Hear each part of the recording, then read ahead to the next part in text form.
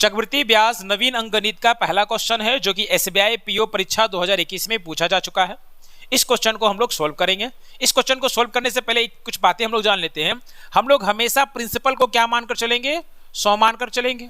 अगर हम लोग प्रिंसिपल को 100 मान कर चलते हैं तो हमारा सिंपल इंटरेस्ट जो है वो कितना हो जाएगा? आर गुना टी के बराबर हो जाएगा। और हमारा जो अमाउंट है वो 100 प्लस आर गुना टी के बराबर हो जाएगा।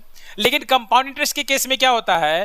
पी तो हमारा 100 रहेगा, लेकिन जो हमारा इंटरेस्ट है वो हर साल क्या होगा? बढ़ता चला जाएगा। हर साल जो है वो क्या हो जाएगा? बढ़ता चला जाएगा। अगर मान लीजिए कि हमको यहाँ पर 20% का इंटरेस्ट मिल रहा है तो पहले साल का कंपाउंड इंटरेस्ट कितना हो जाएगा? 20 हो जाएगा। और अगला साल यानी कि दूसरे साल का ब्याज जो होगा वो क्या होगा? 20 होगा।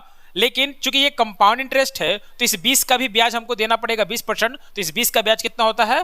तो 20 का 20% होता है 4, तो यहाँ पर 4 जोड़ देंगे तो 2 साल का ब्याज कितना हो जाएगा? 44% हो जाएगा। ठीक है। तो यहाँ पर क्वेश्चन में क्या कह रहा है कि पी के बराबर एक राशि है जिस पर ब्याज कितना है? 88 रुपया का है, जो 20% प्रति वर्ष के दर से चक्रवृद्धि ब्याज पर 2 वर्षों के लिए निवेश की जाती है। अब चूंकि यहाँ पर ब्याज का दर कितना है? 20% है और समय हमारा क्या है? 2 वर्ष है। तो यहाँ पर हमारा ब्याज कितना हो जाएगा? 44% हो जाएगा, जो कितना के बराबर है? 88 के बराबर है। अगर हम इसको सोल्व करते हैं तो 1% का वैल्यू कितना आ जाता है? तो 2 आ जाता है। तो हमारा मूलधन जो है क्या है? 100 है, जो कि कितना के बराबर हो जाएगा? 200 के बराबर हो जाएगा। तो यहाँ पी का जो वैल्यू निकल कर आ रहा है वो क्या निकल कर आ रहा है?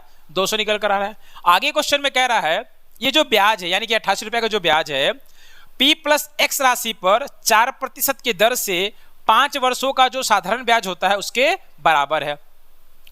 तो साधारण ब्याज के केस में क्या करते हैं हम लोग? आर गुना टी करते हैं। तो यहाँ पे आर दिया हमारा 4 और समय दिया मेरा 5, दोनों को जोड़ गुना करते हैं तो हमारा कितना आ जाता है? 20% आ जाता है। तो ये जो 20% है वो कितने के बराबर है? इस 88 के बराबर है, क्योंकि यहाँ क्वेश्चन में कह रहा है। अब 20% अगर 88 के बराबर है तो अगर हम यहाँ से 100 का वैल्यू निकालेंगे तो क्या करना होगा? 88 को 5 से गुना करना होगा। इसको हम गुना करते कितना हो जाता है? 440 हो जाता है। यानी कि P प्लस एक्स का वैल्यू कितना है? 440 है, जिसमें से 200 जो है हमारा क्या है? P है। तो 440 में अगर 200 घटा देते हैं तो हमारा 240 आ जाता है। यही हमारा जो है एक्स का वैल्यू हो जाएगा, जो हमारा ऑप्शन में बी नंबर ऑप्शन में दिया हुआ है।